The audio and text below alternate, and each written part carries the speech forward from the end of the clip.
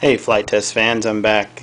Here's another plane that I've modified. This is from Experimental Airlines. Ed designed this wonderful plane and I added to it a little bit, put my little flair.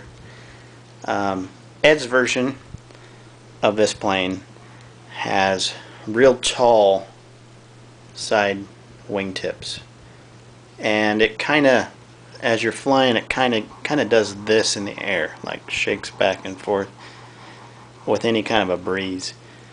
And I tried to calm that down by making shorter ones on the side and one in the center, and it helped some, but I don't know how much it really helped anything. But I like it, so that's what matters to me. But the other little change I did to this plane that Ed doesn't have is I like Flight Test. If you guys know what Flight Test is, check it out on the internet. They have little power pods, and again, poor video quality, but here, this is the power pod. This holds your speed controller, battery, and receiver, and you can swap it out on their models. And so this is technically swappable. And what I've done here is I've recessed the battery to go in here, and this holds an 850 milliamp Nanotech 4 cell, and that's what I like to run on these fast planes because it's small, it's lightweight, and it has high discharge rate. Now with this particular airplane, we have an Exceed RC Rocket Series motor, and this is the 3400 kV motor, and this thing just flat cooks, and this is probably the fastest plane I've flown.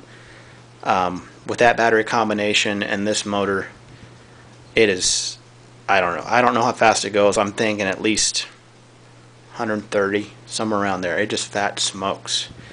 I tried it with, first I had a Birdie speed controller on here, and right now there's no speed controller in there because of the Birdie.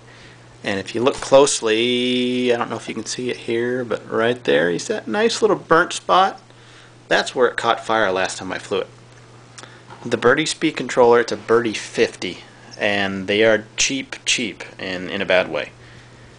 It functioned well until I hit full throttle for about 5 seconds, and then every single wire on the speed controller came loose. I mean, literally was no longer connected to the speed controller, and I watched my plane go down smoking. So I ran out in the weeds really quick and picked it up and put out the fire. And even though that's burned a little bit, I filled up the hole with hot glue and put a little piece of tape over it, and you'd never know on the inside.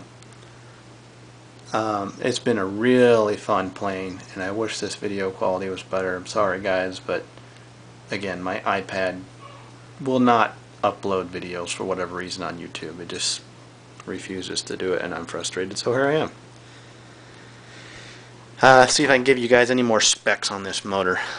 It's again, Exceed RC Rocket Series 2215-3400 kV, and it's going to need at least like a 70 amp speed control to take those full. And again, it's not designed for 4 cells, but I haven't had it fail with 4 cells, so I'm going to continue to use it to see what top speed I can get. I'm very happy with that motor. And if you would like to build this plane yourself, Ed at Experimental Airlines has the free plans, and he shows you how to assemble it and how everything works. And again, the only thing I changed, which you don't have to cut these down, just build it the way he has it. If you don't like the looks, you might shorten it or just leave them tall. But they do not come with this one, this little fin here. Just add the power pod like Flight Test shows you how to do, and you have an easily swappable plane. Thanks for watching.